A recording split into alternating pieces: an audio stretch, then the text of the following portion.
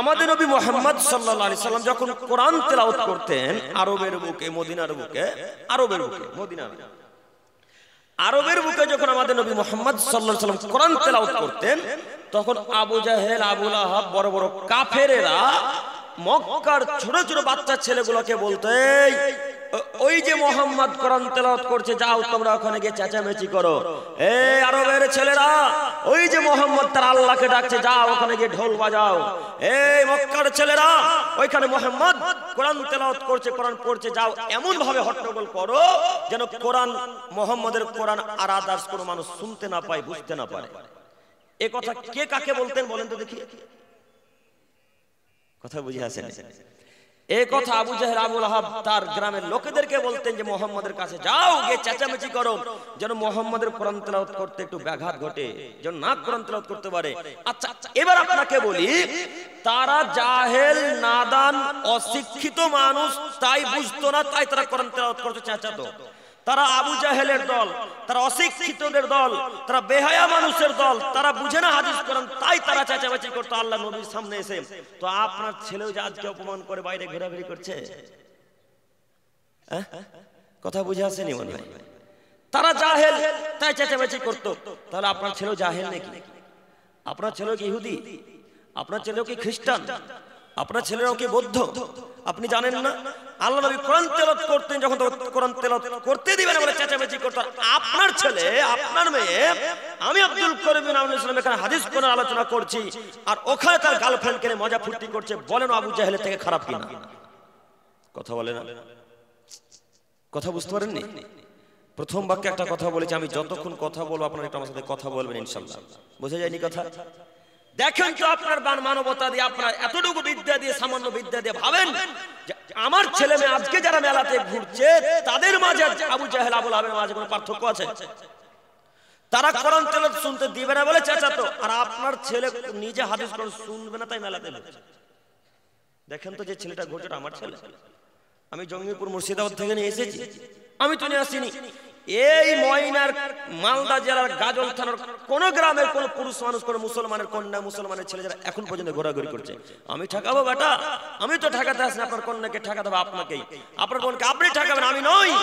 আপনার বোনকে আমি জিন্দেগিতে মেরে কথা বলতে পারি না। এই রহিমা, বিনা মাথায় কাপড়ে যার সাথে এসেছিস কেন? এই কথা আমি বলতে পারি, কথা আপনি বলতে পারেন। আমি একদিন বক্তব্য দিতে এসেছি 1-1.5 ঘন্টা বলে আমি আমার গন্তব্যস্থলে চলে যাব, আপনাকে আমি কিছু বলতে পারি না। কেন? আল্লাহ এই আদেশ আমাদেরকে দেননি, আল্লাহ আমাদের নবীকে আদেশ দেননি। আল্লাহ নবীকে আল্লাহ তাআলা বলছেন, মুহাম্মদ সাল্লাল্লাহু আলাইহি ওয়াসাল্লাম, ফাযাক্কির ইন্নামা আনতা মুযাক্কির, আপনি শুধু উপদেশদাতা, আপনি শুধু উপদেশমূলক কথা বলবেন। জাতি আপনার কথা মানলেই কি আর না মানলেই কি, আপনাকে লাঠি চার্জ করে তাদেরকে হেদায়েত করতে হবে, মুসলিম করতে হবে, এই কথা আমি আপনাকে বলিনি। আপনি শুধু উপদেশ দেন। আজকে ওই কথাকে সূরা গাছের আয়াতকে এখানে পেশ করে বলতে চাচ্ছি, আমি তো আপনাকে মারতে পারি না। মারতে পারবো? আমি আপনার স্ত্রীর গায়ে হাত দিতে পারি না, আপনার কন্যার গায়ে হাত দিতে পারবো না। এখন যদি আপনার কন্যার গায়ে আমি হাত তুলি, গালে 2-3 থাপ্পড়, 4 থাপ্পড় পিঠে যদি মেরে দেওয়া হয়, আপনি এখনই গাজল থানা থেকে আব্দুল করিমের নামে এফআইআর করবেন। তাই আমি আপনাকে কিছু বলতে পারি না। আপনি বলতে পারেন, আপনার মেয়েকে, আপনার ছেলেকে বলতে পারেন, আব্দুর রহমান, আজকে আমাদের ময়নাতে জালসা হচ্ছে, বেটা তুমি মেলাতে গিয়েছো, কেন তো ভেঙে দেবো একবারে। এই কথা বলতে পারলেন না? কেমন বাপ, কেমন পিতা আপনি, কেমন পিতা আপনি যে নিজের ছেলেকে কন্ট্রোলে রাখতে পারলেন না। আপনার ছেলে এখন ঘুরছে, আমরা এটা দিয়ে এলাম। সবগুলো ঝাড়খণ্ড থেকে সাঁওতাল এসেছে ঘুরতে, সব ইসরায়েল থেকে ইহুদিরা এসেছে ঘুরতে মেলাতে। ছেলেগুলো কার? ওই যে ছেলেগুলো মহিলারা ঘোরাঘুরি করছে, ওগুলো কার ছেলে, কার মেয়ে? খ্রিস্টানদের মেয়ে, ছেলে মেয়ে, ইহুদিদের ছেলে মেয়ে? না, অসম্ভব। ইহুদি ইসরায়েলের আপনাকে মানুষই মনে করে না, ইসরায়েলবাসী মুসলিমদেরকে মানুষই মনে করে না। আপনার প্রোগ্রামে তো আসা বহু দূরের কথা, আপনার ধারে কাছে আসবে তার নাম ইহুদি জাতি।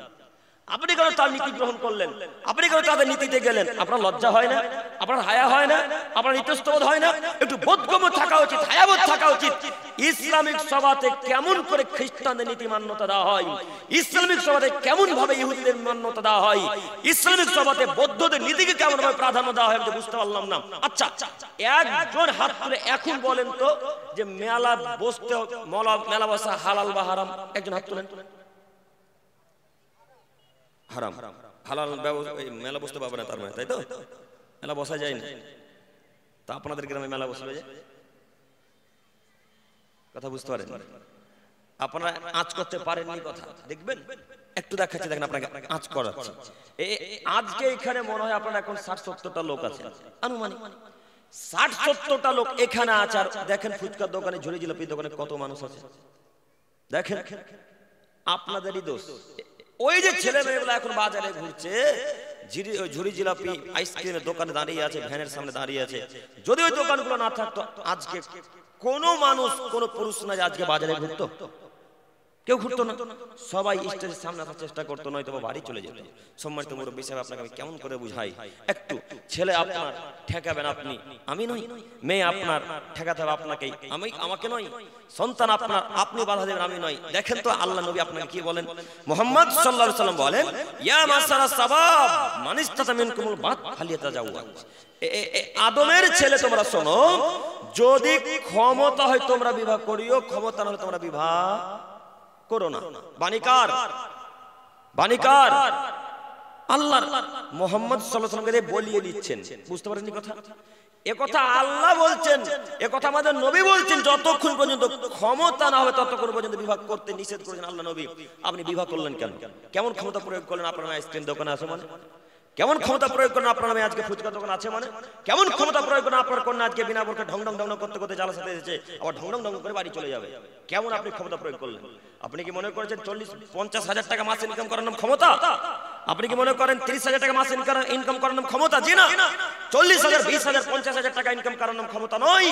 ক্ষমতা চোখ যে দিয়ে ঘুরবে, বউ বাচ্চা সে দিয়ে ঘুরবে, তার নাম ক্ষমতা। কথা বুঝতে পারেননি? কথা মানে বুঝে আসেন আপনাদের? কথা বুঝে আসছে কি? কথা না বুঝতে পারলে আবারও বলবো, এই জন্য বারবার জিজ্ঞাসা করছি। কথা বুঝে এলে হ্যাঁ বলবেন, না বুঝতে পারলেও বলবেন যে বুঝতে পারিনি, আমি আবার দ্বিতীয় বাক্যটা বলবো। কেন? আমি চাই না সকালবেলা আপনার চায়ের দোকান আমার নামে দুর্নাম করেন, গীবত করবেন। আপনি এমন ভাবে বক্তব্য শুনছেন, শেষ বেলাতে যখন আমি সালাম দিয়ে উঠে যাবো তখন আপনারা বলা করেন আপসে, আব্দুল করিম ভাই কি যে বক্তব্য দিল কিছু বুঝতেই পারলাম না। তা আপনি যদি মন অন্যদিকে থাকেন, আপনি আমার কথা বুঝতে পারবেন না। এই জন্য আপনাকে বলছি, আপনি এক খেলে আমার দিকে চেয়ে থাকেন, আপনার আমি কোনো না কোনো উপকার করবো ইনশাল্লাহ। দেখেন আল্লাহ তাআলা নবী মুহাম্মদ সাল্লাল্লাহু আলাইহি ওয়াসাল্লাম বললেন, ক্ষমতা হলে বিবাহ করতে হবে, ক্ষমতা হলে বিবাহ করা যাবে না। একটু আপনাকে আমি ক্ষমতা দেখাচ্ছিলাম, একটু একটা হাদিস বলে এই জায়গাতে আবার ফিরে আসছি, বাক্য মনে রাখবেন। আনাস ইবনে মালিক রাদিয়াল্লাহু তাআলা আনহু বলেন, রাসূল সাল্লাল্লাহু আলাইহি ওয়াসাল্লাম বলেছেন, আলা কুল্লুকুম রাইন, এ আদমের ছেলে মেয়ে তোমরা শোনো, প্রত্যেকটা মানুষ প্রত্যেকের জন্য দায়িত্বশীল। ওয়াকুল্লুকুম মাসউলিন আন রায়াতিহি, কিয়ামতের মাঠে প্রত্যেকটা আদমের ছেলে মেয়েকে, কিয়ামতের মাঠে প্রত্যেকটা আদমের সন্তানদেরকে দায়িত্ব সম্পর্কে আল্লাহ তাআলা জিজ্ঞাসা করবেন। একটু হাদিস তো সহিহ মুসলিম মিসকাতের। আচ্ছা মুরব্বী সাহেব, এই কথা যদি আল্লাহ সেদিন বলে ওঠে, আব্দুর রহমান তোমার ছেলে জালসা রেস্টুরেন্টে না বসে মেলাতে ঘোরাঘুরি করছিল, এর উত্তর আপনি কি দিবেন?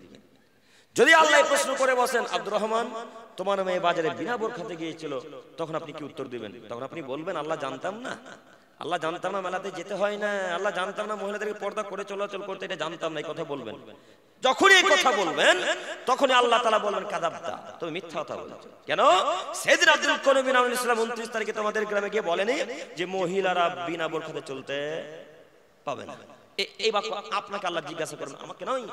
আমি দায়িত্ব এতটুকু, আমি হক কথা বলতে এসেছি, হক কথা বলে চলে যাবো ইনশাআল্লাহ। আপনি মানলেই কি আর না মানলেই কি আমি কিছু করতে পারি না। আপনাকে আমি অনুরোধ জানাচ্ছি, আপনি পরিবর্তন হন, আপনার ছেলে মেয়েকে পরিবর্তন করান। আপনাকে আমি আবারও দেখাতে চাচ্ছি, 2, 3 আমাদের নবী মুহাম্মদ সাল্লাল্লাহু আলাইহি ওয়াসাল্লাম বললেন, আদমের ছেলে মেয়ে তোমরা শোনো, যখন তোমাদের কন্যারা, যখন তোমাদের স্ত্রীগণেরা বাড়ি থেকে বের হবে, তখন যেন ঢিলা ঢালা পোশাক পরে বের হয়। বাণীকার কথা বলে না, বাণীকার আল্লাহর, আমাদের নবীকে দিয়ে তিনি বলিয়ে নিচ্ছেন, সব বাণী আল্লাহর, হাদিসও আল্লাহর, কোরআন মাজিদের আয়াতও আল্লাহর, কোরআন মাজিদও আল্লাহর, বাণী সবকার আল্লাহ। হাদিস আল্লাহ নবী বলেছেন, তাই তার নাম হাদিস। কথা বুঝতে পারেননি? তিনার মাধ্যমে আল্লাহ বলিয়ে নিয়েছেন। একটু আপনাকে আমি দেখাতে চাচ্ছিলাম দায়িত্ব, দায়িত্ব যে কত কঠিন আমি আপনাকে কেমন করে বুঝাই, দায়িত্ব যে কত কঠিন আপনাকে আমি কেমন করে বুঝাবো। একটু দেখেন তো, আপনি সর্দার মানুষ, আপনি ক্যাশিয়ার মানুষ, মসজিদের দায়িত্বে কোনো একটা পদে আছেন, এই দায়িত্বে থাকার পরে আজকে মেলা বসেছে বা মসজিদের কোনো টাকা হারিয়ে গেছে বা মাদ্রাসার কোনো জিনিস হারিয়ে গেছে বা কোথাও কেউ চুরি করে চলে গেছে, যে লোকটা দায়িত্বে ছিল ওই লোকটাকে আল্লাহ তাআলা প্রশ্ন করবেন। আল্লাহ তাআলা সভাপতি সাহেব ক্যাশিয়ার সাহেবকে বলবেন, ও ক্যাশিয়ার সাহেব, মসজিদের টাকা এত টাকা ছিল, এত টাকা কম কেন? এই কথা আল্লাহ যখন বলবে তখন আপনি কি কথা উত্তর দিবেন? তখন আপনি বলবেন আল্লাহ জানতাম না। না, আল্লাহ অন্তরের কথা পর্যন্ত বুঝতে পারে, তাই না? আল্লাহ অন্তরের কথা বুঝতে পারে। আপনি যদি এতটুকু বলে দেন আল্লাহ জানতাম না, তখন আল্লাহ তাআলা বলবেন কাযাবতা, তুমি মিথ্যা কথা বলেছো, সঙ্গে সঙ্গে আল্লাহ জাহান্নামে দিবেন। একটু আপনাকে বলতে চাচ্ছি, দায়িত্ব ওই লোকটাকে দিবেন যে লোকটা আমানতদারিতা বুঝে। দায়িত্ব ওই ব্যক্তিকে দেন যে লোকটা প্যান্ট টাকার উপরে পড়তে পারে। দায়িত্ব ওই লোকটাকে দেন যে লোকটা দাড়ি ছেড়ে দিয়েছে। দায়িত্ব ওই ব্যক্তিকে দেন যেই ব্যক্তি, যেই লোকটা 5 ওয়াক্ত সালাত আদায় করে। দায়িত্ব ওই লোকটাকে দেওয়া লাগবে যার কন্যা, যার স্ত্রী, বাড়ির পুত্রবধূরা বিনা বোরখায় রাস্তাতে চলাচল করে না, বোরখা করে পর্দা গায়ে দিয়ে চলাচল করবে। যেই নারী, তার স্বামী, তার বাপ, তার বড় ভাই দায়িত্ব পালন করবে। তাছাড়া পৃথিবীর অশিক্ষিত মানুষ দায়িত্ব পালন করতে পারে না। দেখেন, আপনাকে দেখাই, আবু মুসা আশআরী রাদিয়াল্লাহু তাআলা আনহু বলেন, রাসূল সাল্লাল্লাহু আলাইহি ওয়াসাল্লাম বলেছেন, লা তাকুমুস সাআত, আদমের ছেলেমেয়ে তোমরা শোনো, এই পৃথিবী ততদিন পর্যন্ত ধ্বংস হবে না, এই চন্দ্র, এই সূর্য, এই তারাগুলো ততদিন আসমান থেকে, আকাশ থেকে খসে খসে পড়বে না, হাত্তা কুনাসুদু নাসিবিদ দুনিয়া লুকাইবিনা লুকাব, যতদিন পর্যন্ত অধমের সন্তান অধম, অযোগ্যর ছেলে অযোগ্য, বেহায়ার ছেলে বেহায়া যতদিন পর্যন্ত সমাজের নেতৃত্ব না দিচ্ছে, ততদিন পর্যন্ত কিয়ামত হবে না। দেখেন, যে লোকটাকে দায়িত্ব দিয়েছেন তিনি আসলে আমানতদারিতা বুঝে কিনা। মসজিদের টাকার হিসাব যখন বছরের শেষে হয় তখন 20,000 টাকা কম। মাদ্রাসার টাকা যখন বছরের শেষে হিসাব হয় তখন 40,000 টাকা কম। আপনারা কি মনে করেছেন টাকা হারিয়ে গেছে? জি, আপনারা কি মনে করেন মসজিদ মাদ্রাসার টাকা হারিয়ে গেছে? হারায়নি, সব আপনার ক্যাশে চুরি করে মাছ ভাত খেয়েছে। ওই টাকা হারাবে না তো, ওই টাকা তো নিজের পকেটে থাকে, ব্যাংকে থাকে, সবসময় বাক্সে থাকে। কেমনে হারাবে? আমানতদারিতা নেই, এই জন্য লোকটা টাকা খেয়ে নিল। ওর কাছে যদি আমানতদারিতা থাকতো, আমানতের রক্ষা করা, আমানত যদি বুঝতো, তাহলে এই লোকটা ওই মসজিদ মাদ্রাসার ফান্ড থেকে 1 টাকা নিজের জন্য ব্যবহার করতো না। দেখেন, যত মানুষ এইভাবে দায়িত্ব পালন করে তারা কেউ শিক্ষিত নয়, তারা সবাই অশিক্ষিত, তারা সবাই বর্বর, তারা সব নির্লজ্জ মানুষ। কথা মুহাম্মদ সাল্লাল্লাহু আলাইহি ওয়াসাল্লাম বলেন। অতএব আপনাকে অনুরোধ জানাচ্ছি, যে লোকটা শিক্ষিত মানুষ, 5 ওয়াক্ত সালাত আদায় করে, এমন ব্যক্তিকে খুঁজুন, এমন ব্যক্তিকে খোঁজ করার পর তাকে দায়িত্ব দেন। পারবেন না ইনশাআল্লাহ? পারবেন ইনশাআল্লাহ? করা উচিত। এই লোকটাকে দায়িত্ব দেওয়া লাগবে। ওই দাড়ি কাটাকে, জর্দাখোর, হারামখোরকে দায়িত্ব দিতে হবে না। আপনাকে আমি কেমন করে বলি, আপনি আমার কথা বুঝতে পারছেন কিনা এই কথাটা একটু মনে রাখিয়েন তো। আবার আসবো ইনশাআল্লাহ এখানে জরুরি ভিত্তিতে এই জায়গাতে আসতে পারি। একটা আমি আয়াত পেশ করে আমি সামনে দিকে এগিয়ে যেতে চাইছি। মহান আল্লাহ তাআলা বলেন, অকরনা ফি বুয়ুতিকুন্না ওয়ালা তাবাররাজনা তাবারুজাল জাহিলিয়াতিল উলা, হে পৃথিবীর নারীগণ, তোমরা বাড়িতেই অবস্থান করো। সম্মানিত মা বোন, একটু আপনি আমার দিকে লক্ষ্য করেন তো, দেখি আপনাকে আমি বাক্য বোঝাতে পারি কিনা। সম্মানিত মা বোন, একটু আপনি আমার দিকে তাকান। আল্লাহ তাআলা বলেন, অকরনা ফি বুয়ুতিকুন্না ওয়ালা তাবাররাজনা তাবারুজাল জাহিলিয়াতিল উলা, হে পৃথিবীর নারীগণ, বাড়িতেই অবস্থান করো। জরুরি প্রয়োজন ছাড়া তোমরা বাড়ি থেকে বের হবে না। বাণী কার? আল্লাহ।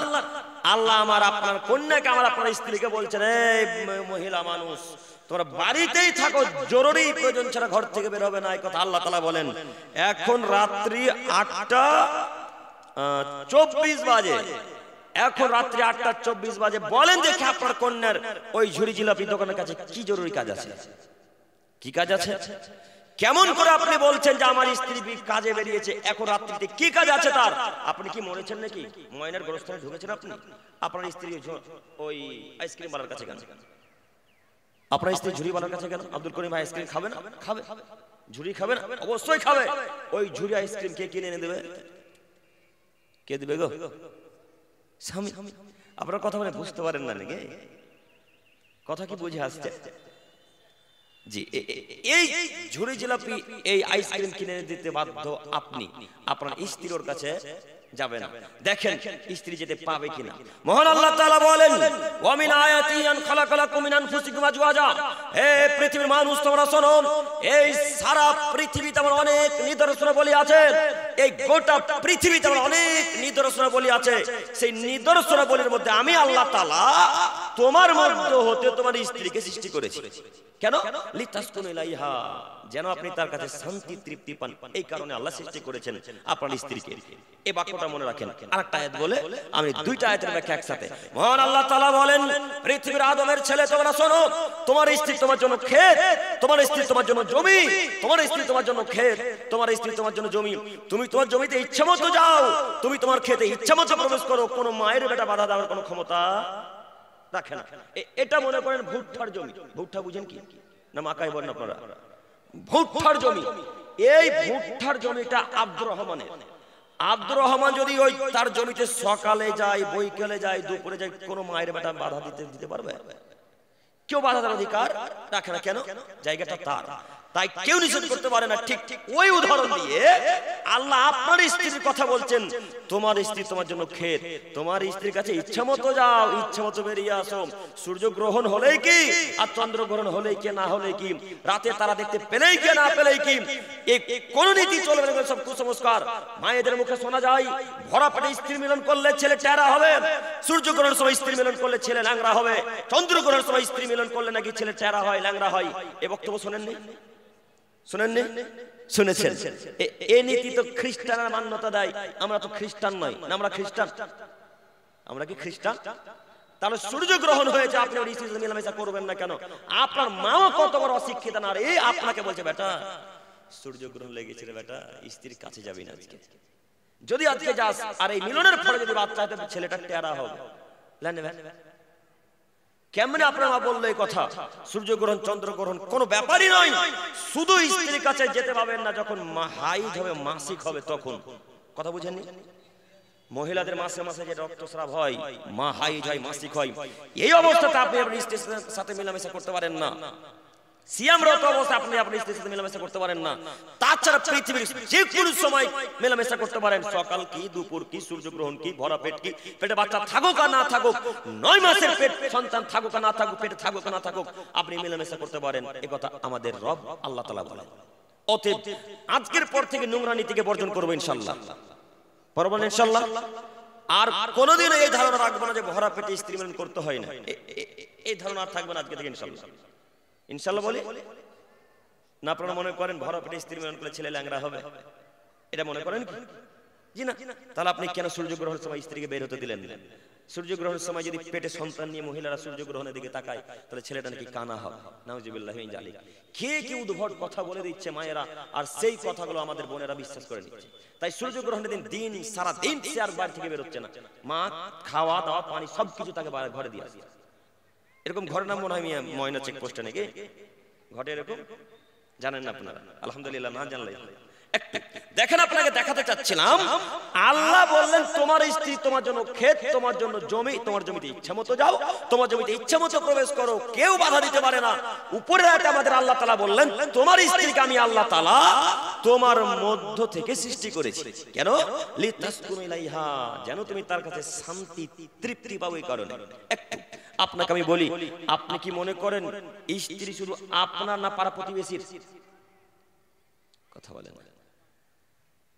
যে মোহর আদায় করলো শুধু স্ত্রী তার না, এই ময়নার সারাপ মানুষের? আপনার। যে মোহর আদায় করলো তার। তো আপনার স্ত্রী হাত হাতে ব্লাউজ পরে আছে, আপনি কি মনে করেছেন এই দিকটা আমার আর এই দিকটা জনগণের? আপনার স্ত্রী হাত হাতে ব্লাউজ পরে আছে কেন? আপনার স্ত্রী কত বেহায়া বেহায়া। আজকের মতো দিনী সভাতে, ইসলামিক সভাতে, এই সভাতে আপনার স্ত্রী বিনা বোরখাতে ঢং ঢং ঢং ঢং করেছে, যাওয়ার ঢং ঢং ঢং করতে বাড়ি চলে যাবে। এই তো আপনার স্ত্রীর নীতি। কি মনে করেন আপনি আপনার কোন এভাবে চলাচল করবে? আর আমি আপনাকে ছাড় দিয়ে কথা বলবো? জি না, আমি আপনাকে ছাড় দিয়ে কথা বলতে আসিনি। আপনি মানলেই কি না মানলে কি, আমি আপনার এতটুকু পরোয়া করি না। আপনি মনে রাখবেন, আমাদের আল্লাহ তাআলা বললেন তোমার স্ত্রী শুধু তোমার, তুমি তার সাথে থাকতে পারো, তুমি তার সাথে ভালোবাসা করতে পারো, তুমি তাকে নিয়ে চলাচল করো। তোমার চাচাতো ভাই, খালাতো ভাই, মামাতো ভাই, গ্রামের পাড়া প্রতিবেশী তোমার স্ত্রীকে দেখতে পারেন। এর পরেও মনে হচ্ছে যেন আমাদের স্ত্রীরা ফিরি। এখন আমি তো 10 বছর দেখলাম, এখন গ্রামের মানুষ দেখো, তাই না? তাই তো আপনার স্ত্রী যখন বাড়ি থেকে বাজার যাবে, ডাক্তারখানা যাবে, তখন একটা সুন্দর শাড়ি পরে যেমন তোমার একটা পাতলা ওড়না নিয়ে হেঁটে চলে, বোরকা তার গায়ে নাই। দেখেন স্ত্রী আপনার, আমাকে আল্লাহ প্রশ্ন করবে? কাল্লা, কখনো নয়। কাল্লা, কখনো নয়। কাল্লা, কখনো নয়। আল্লাহ আপনার স্ত্রীকে নিয়ে আমাকে একবারও বলবেন, আব্দুল করিম সাহেব, ওই যে ময়নাতে একটা মহিলা ঘোরাঘুরি করেছিল উলঙ্গ, এই বিনা মাথায় কাপড় দিয়ে জিন্সের প্যান্ট পরে, আপনি কি করছিলেন? এই কথা আল্লাহ আমাকে বলবেন না। আল্লাহ ওই লোকটাকে বলবেন যে লোকটার কন্যা জিন্সের প্যান্ট পরে আজকে মহিলারা বাজারে ঘোরাঘুরি করছে, তাকে বলবেন।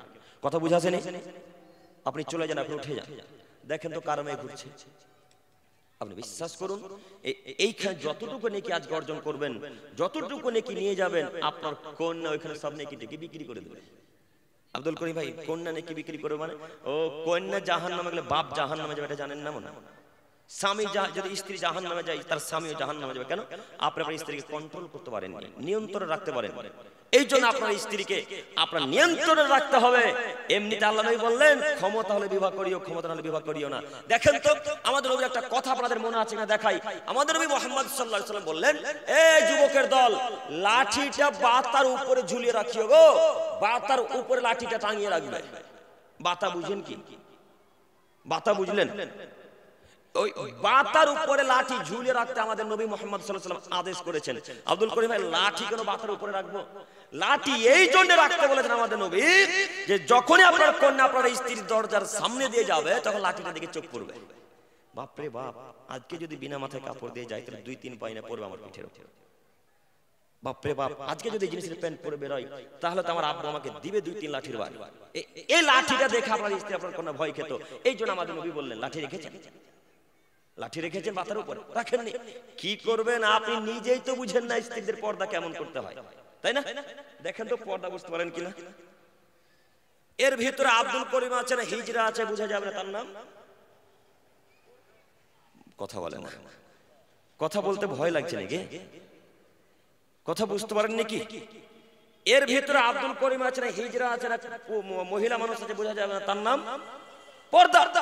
আপনার কন্যা এমন একটা বোরখা পরেছে যার উঁচু নিচু সব বোঝা যাচ্ছে। এটা কেমন পর্দা হলো? এটা কেমন পোশাক হলো? এটা কেমন নীতি চললো? এই নীতি তো জাহেলদের নীতি, অশিক্ষিত মানুষদের নীতি। আপনার স্ত্রীর নীতি এটা চলবে না, আপনার স্ত্রী শিক্ষিত না। সম্মানিত মা বোন, আপনার কথা খারাপ নিয়ে আমি আপনাকে অনুরোধ জানাচ্ছি। আল্লাহ তাআলা বললেন, ইন্নামা ইয়াতাযাক্কারু উলুল আলবাব, পৃথিবীর মানুষ তোমরা শোনো, নিশ্চয়ই অবশ্যই অবশ্যই ওই মহিলা ওই পুরুষেরা উপদেশ গ্রহণ করবে যারা শিক্ষিত মানুষ, যারা শিক্ষিত নারী, তারাই শুধুমাত্র উপদেশ গ্রহণ করবে। তাছাড়া পৃথিবীর কোন অশিক্ষিত মানুষ উপদেশ গ্রহণ করবে না। একটু আজকে আমি মোটামুটি 20 মিনিট থেকে বক্তব্য রাখছি। এই 20 মিনিট যাবত যত কথা বললাম, এই সমস্ত কথাগুলো উপদেশমূলক না উপদেশের বাইরে? উপদেশমূলক। এই কথাগুলো আজকে ময়নার মানুষ শুধু কেন, সারা পৃথিবীর মানুষ যদি গ্রহণ করে নাই, তবে সারা পৃথিবীর মানুষ শিক্ষিত কার বাণীতে? আল্লাহর বাণীতে। আল্লাহ তাআলার বাণীতে আপনি শিক্ষিত যদি উপদেশ গ্রহণ করেন, আর আজকের পর থেকে আপনার কন্যা, আপনার স্ত্রী, আপনার মা যদি বিনা বোরকা চলাচল করে, আপনি যদি এমএ পাস ছাত্র হন, কলেজের প্রফেসর হন, তবু আল্লাহ তাআলার বাণীতে আপনি অশিক্ষিত পুরুষ। কথা বুঝেননি? এখন আপনাকে ঠেকান, কিভাবে আল্লাহকে ঠেকাবেন? আমি বক্তব্য আরবি থেকে বাংলা করে কত লোক গাল দিচ্ছেন, এখন হয়তো আপনিও গাল দিবেন। গাল দেন না, কিয়ামতের মাঠে সব হিসাব নিকাশ বাকি থাকবে, ইনশাআল্লাহ আপনার সাথে প্রস্তুত থাকবেন। আপনাকে দেখাতে যাচ্ছি, এই কোরআন মাজিদে আরবি বাক্যটাকে বাংলা করে যদি আমি শুনে, তাহলে আমি অপরাধী না আল্লাহ অপরাধী? জি, আমি অপরাধী? আল্লাহ, আমি কেন অপরাধী হব? আমি শুধু আরবিটাকে বাংলা করলাম, আমি অপরাধ করলাম? আল্লাহ আরবিতে বলেছেন, ইন্নামা ইয়াতাযাক্কারু উলুল আলবাব। এই কথাটা বাংলাতে আপনাদেরকে বোঝানোর জন্য বলছি, শিক্ষিত মানুষের উপদেশ গ্রহণ করবে। কারা উপদেশ গ্রহণ করবে? শিক্ষিত যারা। এখন আপনার স্ত্রী কাল সকাল থেকে যদি আবার বিনা বোরকা চলাচল করে, তাহলে আমরা জেনে নেব আজকে গ্রামের মানুষ যে আপনি আর আপনার স্ত্রী অশিক্ষিত নারী, অশিক্ষিত পুরুষ। তাহলে আজকের পর থেকে কোনো মা বোন এই বিনা পর্দায় বিনা বোরকাতে চলাচল করবে না, ইনশাআল্লাহ। করবে ইনশাআল্লাহ? পারবো না ইনশাআল্লাহ বলতে? সকলে বলি ইনশাআল্লাহ। ইনশাআল্লাহ। আল্লাহ তুমি কবুল করো, সকলে বলি আমিন। একটু আরেকটা আয়াত দেখাই, দেখেন তো বুঝতে পারছেন কিনা। আমাদের নবীকে আল্লাহ তাআলা ডাক দিয়ে বলছেন, ইয়া আইয়ুহান নবী, হে মহামান্য নবী, হে সম্মানিত নবী, হে মাননীয় নবী। আল্লাহ আমাদের নবীকে সম্মান দিয়ে কথা বলেন, আল্লাহ আমাদের নবীকে সম্মানমূলক কথা বলেন। আল্লাহ যখন ইব্রাহিমকে ডেকেছেন তখন তিনি বললেন ইয়া ইব্রাহিম, হে ইব্রাহিম। আল্লাহ যখন জাকারিয়াকে ডাকলেন তখন আল্লাহ তাআলা কোরআন মাজিদের মধ্যে বলছেন ইয়া জাকারিয়া, হে জাকারিয়া। যখন আল্লাহ মুসাকে ডাকলেন তখন বলেন ইয়া মুসা, হে মুসা। আল্লাহ যখন ঈসাকে ডাকলেন তখন আল্লাহ তাআলা বলেন ইয়া ঈসা, হে ঈসা, হে মুসা, হে ইব্রাহিম, হে ইউনুস। এইভাবে আল্লাহ তাআলা ডাকেন অন্যান্য নবীদেরকে। যখন আল্লাহ তাআলা ডাকেন আর আমাদের নবীকে যখন আল্লাহ তাআলা ডাকেন তখন সম্মান দিয়ে বলেন ইয়া আইয়ুহান নবী, হে মহামান্য নবী, হে সম্মানিত নবী। আমাদের আল্লাহ আমাদের নবীর মান সম্মানকে উঁচু করে দিলেন আর আপনি আমার নবীর নাম নিচ্ছেন তখন বলছেন ইয়া নবী সালাম আলাইকুম। এখন এবার বলেন নবীর মান সম্মান কমলো না বাড়লো? কমলো। তাহলে আপনি আল্লাহর চেয়ে মাথা বড়ি করলেন। এখন আমাদের আল্লাহ ডাক দিয়ে বলছেন হে মহামান্য নবী আর আপনি বলছেন ইয়া নবী। কথা বুঝতে পারেননি মনে হয় না? আজকের পর থেকে এই নামে ডাকবো না ইনশাআল্লাহ। সকলে বলি ইনশাআল্লাহ। আমাদের নবীকে আল্লাহ তাআলা বলছেন মুহাম্মদ সাল্লাল্লাহু আলাইহি সাল্লাম বলছেন সবাই যতবার নাম নেব ততবার বলবেন ইনশাআল্লাহ। মনে থাকবে ইনশাআল্লাহ? ইনশাআল্লাহ। তো আমাদের নবীকে বলছেন আপনার স্ত্রীগণ, আপনার কন্যাগণেরা এবং সারা পৃথিবীর নারীরা যখন বাড়ি থেকে বের হবে, মুমিনা নারীরা, তখন তাদেরকে বলেন সুন্দর করে বোরখা গায়ে দিয়ে মুখমণ্ডল বক্ষস্থলকে ঢেকে যেন বের হয়। যদি তোমার স্ত্রী, তোমার কন্যারা, তোমার সারা পৃথিবীর নারীরা যদি চলাচল করে তাহলে লুচ্চা লাফাঙ্গা শয়তান ছেলেরা টিটকারি মারতে পারবে না। এই কথা আল্লাহ আমাদের নবীকে বলছেন। দেখেন তো আপনার ব্রেন খুলে কিনা। এই যুবক ভাইরা, ওই ভাই, যুবক ভাইরা, আপনাদেরকে বলছি, মাইকের আওয়াজ যায় না নাকি? একটু আপনারা আমার দিকে তাকান। আপনাদেরকে বলছি তাকান। বক্তব্য শুনতে ভালো লাগলে বসে যেতে হবে, নয়তো চলে যেতে হবে, ফজর উঠতে পারবেন। আপনি দাঁড়িয়ে থেকে পরিবেশ নষ্ট করবেন না। আমি আপনাকে আবার অনুরোধ জানাচ্ছি, আপনি আমার কথা রক্ষা করুন। আমি আপনার মেহমান, আপনাকে আবার অনুরোধ জানাচ্ছি, সামনে যথেষ্ট জায়গা আছে, এসে বসার চেষ্টা করুন। একটু দেখেন, আল্লাহ বললেন যদি পর্দা করে বোরখা গায়ে দিয়ে মুখমণ্ডল বক্ষস্থলকে ঢেকে বের হয় তাহলে বদমাস ছেলেরা, শয়তানেরা কোনো বাজে কমেন্ট করতে পারবে না, নোংরা চিন্তা ভাবনা ব্রেনে নিয়ে আসতে পারবে না, কোনো খারাপ মন্তব্য আপনার স্ত্রীর নামে হবে না। এই কথা আল্লাহ নবীকে চ্যালেঞ্জমূলক কথা দিয়ে বললেন। আল্লাহ নবীকে আল্লাহ তাআলা নিজে বলছেন এইভাবে পোশাক আশাক পরান, তাহলে কোনো মহিলাকে কোনো মানুষ টিটকারি মারতে পারবে না। এবার আপনাকে বলি, আপনার কন্যাটা এইচএস দিবে, এবার আপনার মেয়েটা মাধ্যমিক দিবে, এবার আবার ঘুরিয়ে 2026 সালে এই কন্যাটা একটা জিন্সের প্যান্ট পরে, উপর একটা গেঞ্জি জামা পরে, ঠোঁটে লিপস্টিক লাগিয়ে, পায়ে হিল তোলা জুতা পরে, চুলগুলোকে ছেড়ে দিয়ে আমরা চোখের সামনে দিয়ে ঢং ঢং ঢং ঢং করতে করতে করতে করতে কোনো একটা চায়ের দোকানের সামনে গেছে। ও টিউশন পড়ে, প্রাইভেট পড়ে, তো প্রাইভেট মাস্টারের কাছে যেতে হলে ওই চায়ের দোকানটা পার করে যাওয়া লাগবে। তো চায়ের দোকানে তো যত মানুষ বেশিরভাগ বসে থাকে, 99টা মানুষ শিক্ষিত মানুষকে টিটকারি মারার জন্য বসে থাকে। কথা বুঝতে পারেননি? চায়ের দোকানে কোনো ভালো মানুষ বসে না। চায়ের দোকানে কোনোদিন ভালো মানুষ বসেন। আব্দুল করিম তাহলে কি চা পান করা যাবে না? অবশ্যই পান করেন। পান করবেন এক হাতে, টাকা থাকবে আর এক হাতে। চা পান শেষ, টাকা দিয়ে চলে আসবে, 1 সেকেন্ড সেখানে থাকবো না। ওখানে থাকলেই গীবত হবে, থাকলে পাপ হবে। কেন কখন কখন বলে আরে ইমাম সাহেবটা ভালো নয়, অমুক লোকটা ভালো নয়, তখন তার কথা তাহলে শুধু বলেছেন হ্যাঁ আপনি ঠিকই বলেছেন, আমাদের গ্রামের ইমাম সাহেবটা ভালো। এই কথা বলার কারণে যে লোকটা দুর্নাম করলো আপনাদের ইমামের, সে যতটুকু পাপী, আপনি শুধু বললেন হ্যাঁ ঠিকই বলেছেন, আপনি ততটুকু পাপ। কথা বুঝতে পারেননি? এই জন্য আপনাকে নিষেধ করেছি, যেখানে 2 জন মানুষ আড্ডা মারবে সেখানে 3 জন কি আপনি উপস্থিত হবেন না। 3য় জন ব্যক্তি গেলে আপনার এখন গীবত পরনিন্দা পরচর্চা করার মন করবে। শয়তান শুধু অন্তর থাকবে একবার বল না, একবার বল না, একবার দুর্নাম করে, একবার গাল দে, একবার গালি দে না, একবার দুর্নাম কর না অমুকের নামে। এই কথা বলতে বলতে শয়তান তখন আপনাকে হারিয়ে দিবে। তো তো এই জন্য আমি আপনাকে বলেছিলাম যে চায়ের দোকানে বসা যাবে না। কেন চায়ের দোকানে বসবেন? আপনি মুসলমান মানুষ, যারা অশিক্ষিত মানুষ তারা বুঝবে।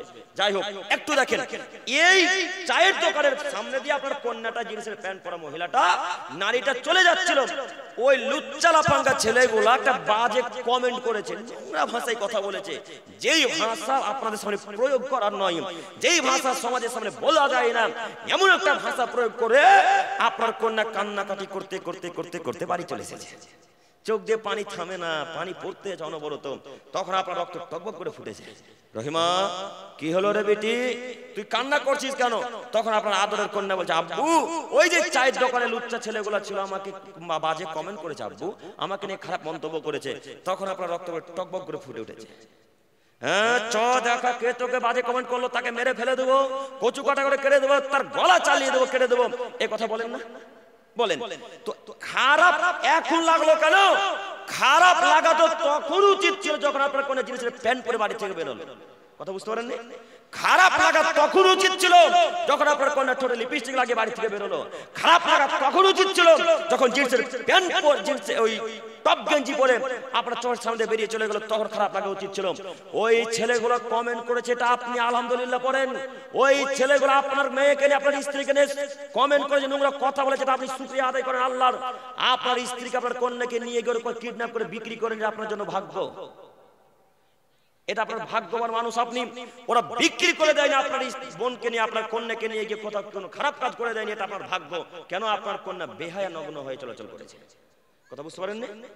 আপনাকে আমি কোন বাক্য দিয়ে বুঝাই আপনার কন্যা কেন এইভাবে পোশাক করবে, কেন এইভাবে চলাচল করবে?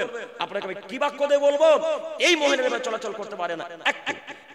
এই যে মহিলাটাকে যাকে বাজে কমেন্ট করা হলো, এই নারী যদি জাহান্নামে যায়, ওই পাঁচটা ছেলে যদি টিটকারি মারে, ওই পাঁচটা ছেলেও পাপী, এই নারীও পাপী, এই নারীর বাপও ঠিক ততটাই পাপী। এক পাপ তিন ভাগে বিভক্ত, এক পাপ তিন ভাগে বিভক্ত।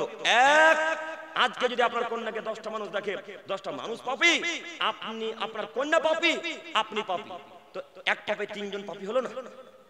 কথা বুঝতে পারেননি মনে হয়? দেখেন, আপনাকে আমি কোন বাক্য দিয়ে বলবো, বিনা বোরখায় কেন মহিলারা আসে? আচ্ছা, আপনারা কি মনে করেন জালসা শোনা ফরজ? জি, কথা বলেন। জালসা শোনা ফরজ? জালসা শোনা তো ফরজ নয়। এলে নেকি পাবেন, না এলে পাপ হবে না। কিন্তু ফরজ হচ্ছে আপনার স্ত্রী বোরখা পরে আসবে, এটা ফরজ। ফরজ হচ্ছে আপনার কন্যা বাজারে যেতে পাবেন, এটা ফরজ। ফরজ হচ্ছে আপনার স্ত্রী বিনা বোরখায় আসতে পাবেন, এটা ফরজ। ও আব্দুল করিম ভাই, কে ফরজ নিয়ে টানাটানি করে? এখন সবাই সুন্নাত নিয়ে টানাটানি করে, তাই না? সুন্নাত নিয়ে মারামারি, ফরজ নিয়ে টানাটানি মারামারি নয়। দেখেন, আপনাকে প্রথম বাক্যে একটা কথা বলেছিলাম, আপনি উঠে চলে যান, আপনার কন্যাকে দেখেন ঘোরাঘুরি করছে কিনা। যত নেকি অর্জন করবেন সব নেকি আপনার কন্যা বাজারে আজকে বিক্রি করে বাড়ি যাবে। আপনাকে অনুরোধ জানাচ্ছি, আপনি পরিবর্তন হন। সম্মানিত মা বোন, আপনাকেও বলি, আমি আপনার ছেলের মতো, আপনি আমার কথাকে খারাপ নিয়েন না। আমি আপনার ভাইয়ের মতো, আপনি আমার কথাকে খারাপ নিয়েন না। আমি আপনার দিনী ভাই, আমি আপনার ছেলের মতো আপনাকে আমি অনুরোধ জানাচ্ছি, জান্নাত পেতে হলে আপনাকে যে কোনো মূল্যে পর্দা করে চলাচল করতে হবে ইনশাআল্লাহ। পারবো না মাইদেরকে বলতে ইনশাআল্লাহ? প্রথম কথা, আরো একটি কথা বলতে ভুলে গেলাম, আচ্ছা, আপনারা এটা যে পর্দা করেছেন, এটা পর্দা হলো? কথা বলে না। পর্দা হলো? পর্দা হয়নি। দাঁড়ালে তো হাওড়া শিয়ালদা সব দেখা যাবে, তো কোথায় পর্দা হলো? এটা তো পর্দা নয়। পর্দা মানে প্রথম বাক্যে বললাম না, ওর ভেতরে কে আছে বোঝা যাবে না, তার নাম পর্দা। তো কেমন পর্দা? এটা তো পর্দা নয়। আপনারা প্রোগ্রাম দিচ্ছেন, ইসলামিক সভা করছেন, আর মহিলাদের সুন্দর ব্যবস্থা করতে পারেন না, তো প্রোগ্রাম এইভাবে মহিলাদেরকে দাওয়াত দিলেন কেন? শুধু পুরুষদেরকে দাওয়াত দেন। যখন তাদের জন্য আলাদা কোনো প্রজেক্টর ব্যবহার করতে পারবেন না, ক্যামেরা নিয়ে আসতে পারবেন না, তখন আপনি তাদেরকে আলাদাভাবে দাওয়াত দেন না, তাদেরকে বাড়ির ভিতরে রেখে দাওয়াত দিয়ে বুঝান। আপনি এইভাবে চলাচল করতে পারেন না। সম্মানিত দিনী ভাই, সম্মানিত মা বোন, যাই হোক, আজকে যা হবার হয়ে গেছে, পরবর্তীতে যখন প্রোগ্রাম করবেন তখন এই দেওয়ালটা, এই চটটা, তিরপলটা একেবারে পরিপূর্ণ 7-8 ফুট উঠে যাবে ইনশাআল্লাহ, যেন কেউ উকি মেরে তাদেরকে না দেখতে পায়। বোঝা যায়নি? দায়িত্বশীল ভাই আপনারা, আপনাদেরকে আমি অনুরোধ জানাচ্ছি, পর্দার দিকটাকে লক্ষ্য রাখেন। এখন যদি সম্ভব হয় তো ছেড়ে দেন, নচেত এখন থাকুক, পরবর্তী থেকে পরিবর্তন হওয়ার চেষ্টা করবেন। সম্মানিত ভাই, একটু আপনাকে যে বাক্য দেখাতে চাচ্ছিলাম, সেটা হচ্ছে আপনার কন্যাকে নিয়ে। আপনার কন্যাকে আপনি ঠেকান, আম্মুকে বলেন, আম্মু জিনিসের প্যান্ট পরে যদি বাইরে বেরো আম্মু, তাহলে ছেলেরা বাজে কমেন্ট করবে আম্মু। নোংরা কথা বলবে, তোমাকে নিয়ে আরো বাজে মন্তব্য করবে, অতএব তুমি এই নোংরা পোশাক আশাক পরে বাড়ি থেকে বের হয়েও না। এই কথা বলতে পারবো না আজকে থেকে ইনশাল্লাহ? পারবো ইনশাল্লাহ? সকলে বলি ইনশাল্লাহ। ইনশাল্লাহ। আল্লাহ তুমি কবুল করো, সকলে বলি আমিন। সম্মানিত মুরব্বি সাহেব, একটু আবারও দেখেন তো, আপনাকে আমি দেখাতে চাচ্ছিলাম যে বাক্য, ওই বাক্য প্রথমে বলতে গিয়ে এত দূর চলে এলাম। আল্লাহ তাআলা বললেন, তোমার স্ত্রীকে আমি তোমার জন্য তৈরি করেছি যেন তুমি তার কাছে শান্তি তৃপ্তি পাও, এই কারণে। আচ্ছা, আপনার স্ত্রী আপনার জন্য শুধু আপনি অধিকার রাখেন, হক আদায় করতে পারেন, তাছাড়া পাড়া প্রতিবেশী কোন লোক, কোন চাচাতো ভাই, খালাতো ভাই, মামাতো ভাই কেউ অধিকার রাখে না, কেউ অধিকার রাখে না। এবার আপনাকে বলি, আমাদের মুর্শিদাবাদের অনেক লোক হয়তো আপনাদের এদিকে ফেরি করে না? আপনাদের এদিকে করে কিনা বলতে পারে না। যখন দার্জিলিং এর দিকে চলে যাবো, ওইদিকে বেশিরভাগ আমাদের মুর্শিদাবাদের লোকে ফেরি করতে যায়। আসাম, দার্জিলিং দিকে যত যাবেন তত মুর্শিদাবাদের লোককে বেশি পাবে। ওই যে আমাদের মুর্শিদাবাদের লোকটা ফেরি করতে আসলো, বিক্রয় করতে আসলো, তো এই বিক্রেতার কাছে আপনার মা গেল কেন? কথা বুঝে আসেনি মনে হয়? ওই বিক্রেতার কাছে আপনার কন্যা গেল কেন? ওই বিক্রেতার কাছে আপনার স্ত্রী যাবে কেন? আপনার স্ত্রী যাবে না, কেন গেল? আচ্ছা দেখেন তো, আপনার স্ত্রী যখন ওই বিক্রেতার কাছে যায়, তখন আপনার স্ত্রীর পেট দেখা যায় না মনে হয়? কথা আমার মিলে না এদের সাথে গো? মিলছে? যখন আপনার স্ত্রী ও একটা লোটা কিনতে যায়, একটা পাত্র কিনতে যায়, তখন আপনার স্ত্রী মাথায় কাপড় থাকে না। তো আল্লাহ বলছেন স্বামীর সামনে ল্যাংটা হয়ে থাকতে পারেন। আল্লাহ বলছেন তুমি তোমার স্বামীর সাথে পোশাক পরলে কি আর না পরলে কি তুমি যা খুশি থাকতে পারো। তো ওই সবজি বিক্রেতার, ওই আমাদের গ্রামের লোক বিক্রেতাটাকে আপনার স্বামী নাকি? হ্যাঁ, ওইভাবে তার সামনে গেল কেন? ওটার বাপের সামনে মাথায় কাপড় না দিলেও চলে, ওই সবজি বিক্রেতা তার বাপ নাকি? কেন এইভাবে গেল? সম্মানিত মা বোন, আপনাকে অনুরোধ জানাচ্ছি, তাহাজ্জুদ দিয়ে এভাবে জান্নাত হয় না, তাহাজ্জুদ দিয়ে এভাবে জান্নাত হয় না। জাতিকে পাপী করে নিজের তাহাজ্জুদে জান্নাত কেনার চেষ্টা করেন না, ভুল হিসাব। আপনাকে অনুরোধ জানাচ্ছি, একটু সবজি বিক্রেতাই হোক আর অন্য যাবতীয় যেই জিনিস বিক্রেতা হোক না কেন, মনোহারি বিক্রেতা হোক না কেন, যে যাই বিক্রয় করতে আসুক, ওই লোকটার কাছে আপনি যাবেন, আপনার স্ত্রী যাবেন। আপনাকে যাওয়া লাগবে। আপনার স্ত্রী যায়, ভেন্ডি বুঝেন কি? ভেন্ডি না কি বলেন? রাম পটল, ভেন্ডি বলেন না? আপনার স্ত্রী সবজিওয়ালার কাছে গেল, তো ভেন্ডির প্রত্যেকটা আগালকে ভেঙে ভেঙে নিতে হবে কেন? জি বোঝা সেই জন্য। আচ্ছা, আপনার কথাই থাকলো। আমি সবজি বিক্রেতা, মনে করেন আপনাদের মনে আমি সবজি ভেন্ডি বিক্রি করতেছি। তো আমি যখন মালদা থেকে ভেন্ডিটা ক্রয় করে নিয়ে আসলাম, তখন আগাল সহ ওজন হয়েছিল না আগাল ভাঙার পর ওজন হয়েছিল? জি, আগাল সহ। তো এখন 250 গ্রাম ভেন্ডি নিবেন, প্রত্যেকটা আগাল ভেঙে ভেঙে নিলেন, এখন আমার ওজন কমলো না বাড়লো? কথা বলে না, কমলো। তো আপনার মাঝে ভেঙে ভেঙে নিলেন, এখন আব্দুল করিমকে লিখে দিয়ে দিতে হবে। যেই সবজি বিক্রেতা বিক্রি করতে এসেছে, যতটুকু অত্যাচার করেছেন ততটুকু ভেন্ডির নেকি কিয়ামতের মাঠে দিয়ে দেওয়া লাগবে। এর নাম কিয়ামতের মাঠ। লেন না ভেন্ডির আগাল কত ভাঙবেন?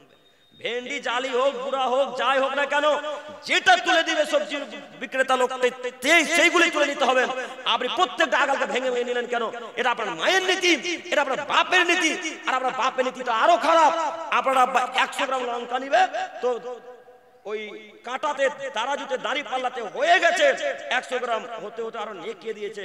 নেকে আছে, এই লোকটা বলছে আর দিয়েন না ভাই, হয়ে গেছে। দিয়েন না করতে করতে করতে হাতে 3টা লঙ্কা থেকে গেল। এই 3টা লঙ্কা তার ঢাকিতে, তার ঝাঁঝরিতে রাখলো না। এই 3টা লঙ্কা নিয়ে বাড়ি চলে গেল। 3টা লঙ্কা নাকি দেন? এখন লঙ্কা নিয়ে যান না মনে হয় আপনারা নাকি? আমার কথা ভুল হচ্ছে? এখন তো আবার লিচুর সময়, মালদার তো আম বিখ্যাত নাকি? মালদা জেলা আম বিখ্যাত। কত যে আম চুরি করে খাবে এরা, এখন কত জায়গায় যে লিচু চুরি করবে। যুবক তোমরা শোনো, কোন গাছের একটা লিচু যদি চুরি করে থাকো, আজকে ওই লোকটার কাছে গিয়ে ভিক্ষা চাও, একটা লিচুর নেকি কিয়ামতের মাঠে বুঝিয়ে দেওয়া লাগবে। আমের নেকি কিয়ামতের মাঠে বুঝিয়ে দেওয়া লাগবে। যে যা আত্মসাৎ করবে, যে যার উপর অত্যাচার করবে, জুলুম করবে, সেই পরিমাণ নিয়ে কেউ লোকটাকে দিয়ে দিতে হবে, আব্দুল করিমকে দিয়ে দিতে হবে। আপনাকে আমি কেমন করে বলি, ভেন্ডির আগাল ভেঙে নিতে পাবেন না, লঙ্কায় একটা বেশি নিতে পাবেন না।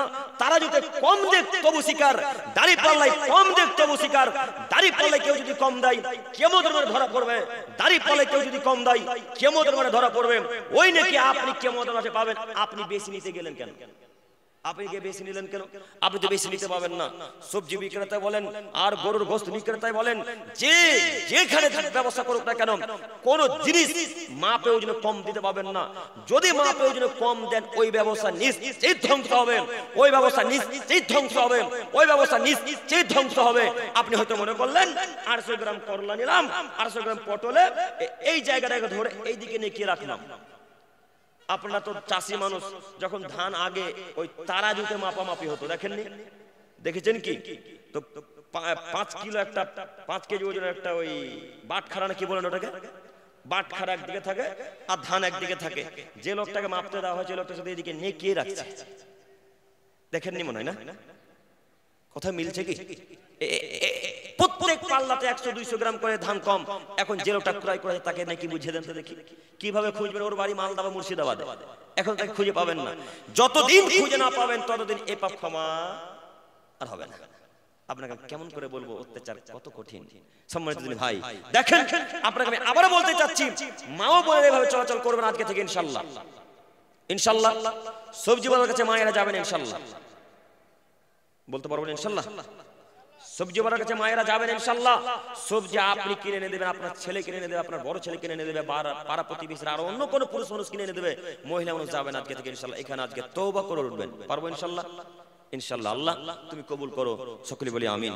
সম্মানিত ভাই, এরপর আয়াত মহান আল্লাহ তাআলা বলেন, ওয়াইদা সালতুমুহুন্না মাতান ফাসালুহুন্না মিন ওয়ারাই হিজাব যালিকুম আতাহলি কুলুবিকুম কুলুবিহিন্না। হে পৃথিবীর মহিলাগণ, হে পৃথিবীর পুরুষেরা, তোমরা শোনো, যখন তোমরা নারীদের কাছ থেকে কিছু নিবে, যখন তোমরা পুরুষদের কাছ থেকে কিছু নিবে, তখন পর্দার আড়াল থেকে নিবে। একটু দেখেন তো সম্মানিত মা বোন, আপনারাও দেখেন, আল্লাহ আমাকে আর আপনাকে বলছেন, আল্লাহ আমাকে আর আপনাকে বলছেন, মহিলাদের কাছ থেকে পুরুষরা যখন কিছু নিবে বা নারীরা যখন পুরুষদের কাছ থেকে কিছু নিবে, তখন পর্দার আড়াল থেকে নিবে।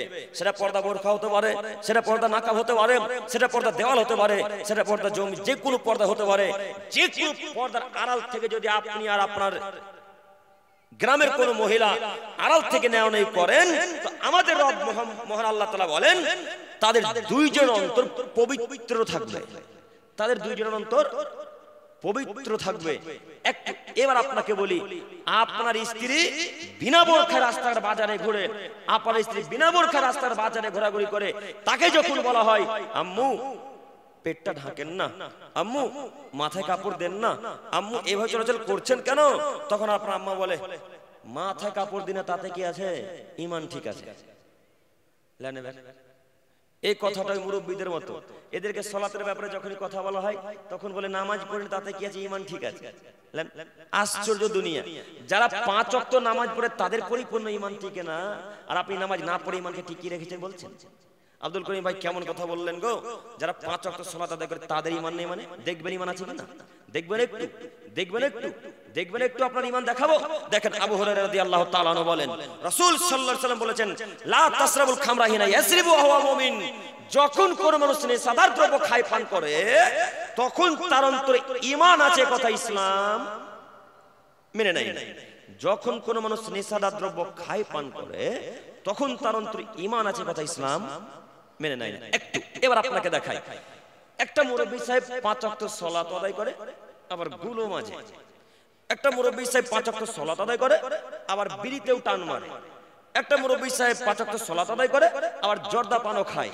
একটা মুরব্বী সাহেব 5 ওয়াক্ত সালাত আদায় করে, আবার ফেন্সি ডিলও খায়। যে যে প্রান্তে থাকুক না কেন সালাত আদায় করে, আর এই জগতে হারাম খাদ্য খাওয়ার পরেও বলে আমার ঈমান ঠিক আছে। আচ্ছা এবার আপনি বলেন, যে ওটা 5 ওয়াক্ত সালাত আদায় করলো এবং বিড়িও পান করলো, এর ঈমান ঠিক আছে? এর ঈমান আছে? ঈমান যদি থাকতো তাহলে বীরের মুখে লাথি মেরে উঠে যেত, তাই না? তাহলে এর অন্তরে ঈমান নেই। এবার ওই লোকটাকে বলতে চাচ্ছি, যে লোকটা নামাজ না পড়ে বলছে ঈমান ঠিক আছে, ওই অশিক্ষিত কাপুরুষ সন্তানকে বলতে চাচ্ছি, যে লোকটা নামাজ পড়ে ঈমানকে ঠিক রাখতে পারলো না, আর বিনা নামাজে বিনা সালাতে ঈমান টিকে থাকলো, টিকে নি, বিনা নামাজে ঈমান টিকে না। আপনাকে কেমন করে বলি সম্মানিত মুরব্বী সাহেব, নামাজ পড়ে ঈমানকে মজবুত করতে হয়, তাছাড়া পৃথিবীর কোনো আর ক্ষমতা নেই ঈমানকে টিকে রাখবে। আপনাকে আমি আবার অনুরোধ জানাচ্ছি, আপনি পরিবর্তন হন, সালাত আদায় করুন। আরো একটি আয়াত, আরো একটি হাদিসের অংশ বলতে ভুলে গেলাম। এই অংশ আল্লাহ নবী সাল্লাল্লাহু আলাইহি ওয়াসাল্লাম বলেন, লা ইয়াজনি জানি হিনা ইয়াজনি ওয়া হুয়া মুমিন। যখন কোন মানুষ জিনা ব্যভিচার করে, তখন তার অন্তরে ঈমান থাকে, এ কথা ইসলাম মেনে নেয় না। যখন কোন মানুষ জিনা ব্যভিচার করে তখন তার অন্তরে ঈমান থাকে, কথা ইসলাম মেনে নেয় না। এবার দেখেন, হাজারো যুবক ভাই আছে 5 ওয়াক্ত সালাত আদায় করে না? হাজারো দিনী মা বোনেরা আছে যারা 5 ওয়াক্ত সালাত আদায় করে। এই যুবক ভাইরা 5 ওয়াক্ত সালাত আদায় করে, আবার হোয়াটসঅ্যাপে তার গার্লফ্রেন্ডের সঙ্গে চ্যাটিংও করে। বলেন তো দেখি এখন ঈমান ঠিক আছে কিনা? কথা মানে বুঝাতে পারলাম না। এই দিনী ভাইরা 5 ওয়াক্ত সালাত আদায় করে, আবার গার্লফ্রেন্ডের ফোনের অপেক্ষাতেও থাকে। বলেন তো দেখি ঈমান ঠিক আছে কিনা? কথা আমি বুঝাতে পারলাম না। এখন আপনি বলতে চাচ্ছেন ঈমান ঠিক আছে? সারা রাত্রি মেসেজ করছেন আর এখনো পর্যন্ত বলছেন ঈমান ঠিক আছে? জি না। যুবক ভাই, আপনি মনে রাখবেন একটি কথা, আপনি যার জন্য বলছেন আত্মহত্যা করব, যার জন্য বলছেন জান দেব, বিষ খেয়ে মারা যাব, আপনি আজকে যদি মরে যান, ওই মহিলাটা কালকে আরেকটা বয়ফ্রেন্ড খুঁজবে। আপনি বিশ্বাস করুন, মহিলা আপনার কল্যাণ করতে পারে না, মহিলা আপনার কল্যাণ চায়ও না। আপনি যার জন্য দিন রাত এক করে কাজ করছেন আপনার গার্লফ্রেন্ডের জন্য, আপনার গার্লফ্রেন্ড বলেছে যদি তুমি কাজ করতো আমার বাপ বিবাহ দিবে, নইলে বিবাহ দিবে না। তাই কাজে বেরিয়ে গেছেন। আপনি কাজে বেরিয়ে গিয়ে দেখছেন যে আমার গার্লফ্রেন্ডের বিবাহ হয়ে গেছে। কথা বোঝা গেল না? মনে হয় আপনাকে আমি কোন বাক্য দিয়ে বলি, এই যে জেনার গল্প, এই মেসেজ বলেন আর ফোনে কথাই বলুন আর ভিডিও কল বলুন আর অডিও কল বলুন, যে কোনো দ্বারাই যারা জেনা করেন এদের ঈমান পরিপূর্ণ টিকে থাকে না। 5 ওয়াক্ত সালাত আদায়কারী ব্যক্তিদের অনুরোধ করে বলতে চাচ্ছি, যুবক ভাই, সালাত আদায় করেন আলহামদুলিল্লাহ, সালাত ত্যাগ করা যায় না। সালাত ত্যাগ করলে মানুষ মুসলমান থাকে না, সালাত ত্যাগ করলে মানুষ কাফের হয়ে যায়।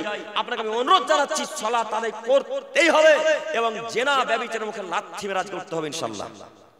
পারবেন ইনশাআল্লাহ?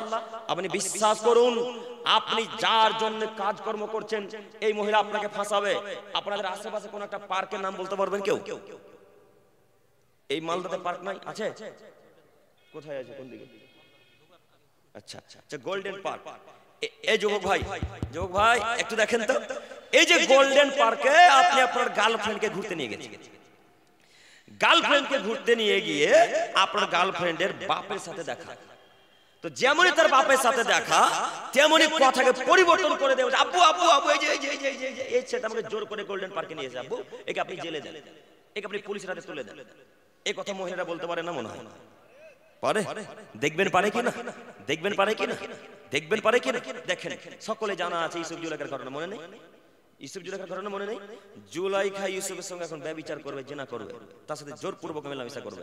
আমাদের নবী মুহাম্মদ সাল্লাল্লাহু আলাইহি ওয়াসাল্লাম বলছেন, সারা পৃথিবীর মানুষের চেহারাকে এক জায়গায় করলে, সারা পৃথিবীর মানুষের চেহারাকে এক জায়গায় করে অর্ধেক চেহারা আমাদের নবী ইউসুফ আলাইহিস সালামকে দিয়ে দেওয়া হয়েছে। আল্লাহু আকবার। তার মানে ইউসুফ আলাইহিস সালামকে অর্ধ পৃথিবীর চেহারা দেওয়া হয়েছে। এত সুন্দর নবী, এত সুন্দর দেখতে তিনি, তার চেহারায় মগ্ন হয়ে প্রেমে পড়ে তার সাথে এখন জিনা ব্যভিচার করবে। এই জুলাইখা জোরপূর্বক তাকে ঘরের ভেতরে ভরে দিয়েছেন। আর রাজাদের গেট কত উঁচু হবে, কত বড় হবে, আপনি একটু আঁচ করেন। রাজা প্রজাদের গেট কত বড় হবে আপনি আঁচ করেন। এই গেট একের পর এক লেগে যায়, এই গেট একের পর এক লাগিয়ে দেওয়া হয়।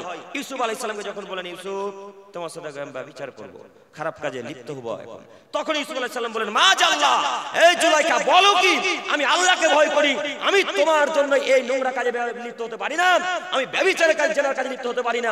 এই বলে ইউসুফ আলাইহিস সালাম আগে দৌড়ায়, জুলাইখা পিছন পিছন দৌড়ায়। এই বলে ইউসুফ আলাইহিস সালাম আগে দৌড়ায়, দরজা একের পর এক অটোমেটিক খুলে যাচ্ছে। ইউসুফ আলাইহিস সালাম আগে, জুলাইখা পিছন পিছন।